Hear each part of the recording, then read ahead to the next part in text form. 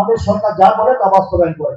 আমি জানি যে ওসি সাহেব বসা আছে, ওসি সাহেব বলছি যে আমার নরসিংদীতে যদি কোনো অনৈতিক কোনো কর্মকাণ্ডে কারা সম্পৃক্ত হয়, কোনো চাঁদা, কোনো মাদক, কোনো সন্ত্রাস, জমি দখল এবং কোনো ইপিজিং বা কোনো কিশোর গ্যাং, এইগুলোর সাথে যারা জড়িত থাকবে আমার দলের যদি হয় ডাবল অ্যাকশন বলে দিচ্ছি, এবং তাদেরকে দল থেকে বহিষ্কার করা হবে। এটা বলছেন আমাদের যে সিদ্দিক ভাই বলে গেলেন যে তাদের বিরুদ্ধে ব্যবস্থা নেব। আমার দলের হলে উনিও বলছেন, ওনার সাথে সুবিধা বলতে চাই আমিও এই ব্যাপারে আমি আপনাদের জনপ্রতিনিধি হিসেবে আপনাদের মূল্যবান ভোট দিয়ে আপনাদের পবিত্র আমানত দিয়ে আমাকে মহান জাতীয় সংসদে পাঠিয়েছেন আপনাদের পক্ষে কথা বলার জন্য।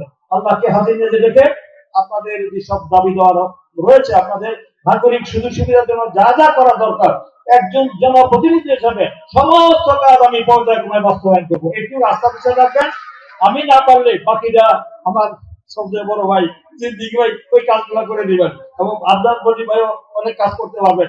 আমরা তিনজন যদি আমরা উদ্যোগ নেই তাহলে আমার মনে হয় এই চরঞ্জলের কোনো দাবি দেওয়ার বাকি থাকবে না ইনশাআল্লাহ। সকল দাবি দেওয়া গাড়ি নিয়ে আমরা চারটি চড়ে যেতে পারি।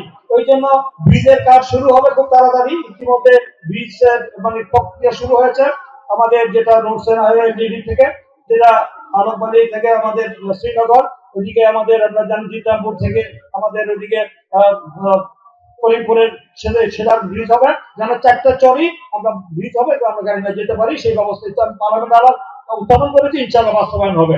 আমাদের এই নরসিংদীর যত সমস্যা রয়েছে পর্যায়ক্রমে সকল সমস্যার সমাধান বাস্তবায়ন করার জন্য আপনাদের সকলের সহযোগিতা চাই। আপনি কি সহযোগিতা করবেন আমাকে?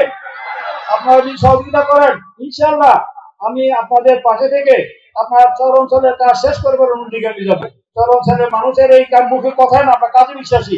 বিশেষ করে চর অঞ্চলের অবহেলিত, বঞ্চিত, লাঞ্ছিত মানুষ, যারা প্রান্তিক মানুষ, যারা মানুষ কষ্টের মধ্যে রয়েছে, তাদের বিষয়ে আমাদের সরকারের পক্ষ থেকে যত সহযোগিতা লাগে, যাতে মানুষের শান্তিতে নিরাপত্তা থাকতে পারে, কোনো দ্বন্দ্ব সংবাদ হারানি, কোনো আধিপত্য বিস্তার নিয়ে যেন কোনো সংবাদ হারানি না হয়, কোনো প্রাণ যেন না যায়। অনেক খুন খারাপি হয়েছে দিতে।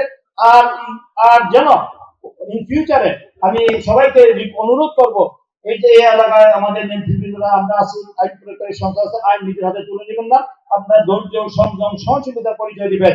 এবং আমরা কোনো কিছু, মানুষ ফেরেশতা না, ভুল ত্রুটি হতে পারে, কিন্তু আমাদের কোনো দ্বন্দ্ব সংঘাত যেন না হয়, সাধারণ মানুষ যেন শান্তিতে নিরাপদে থাকতে পারে।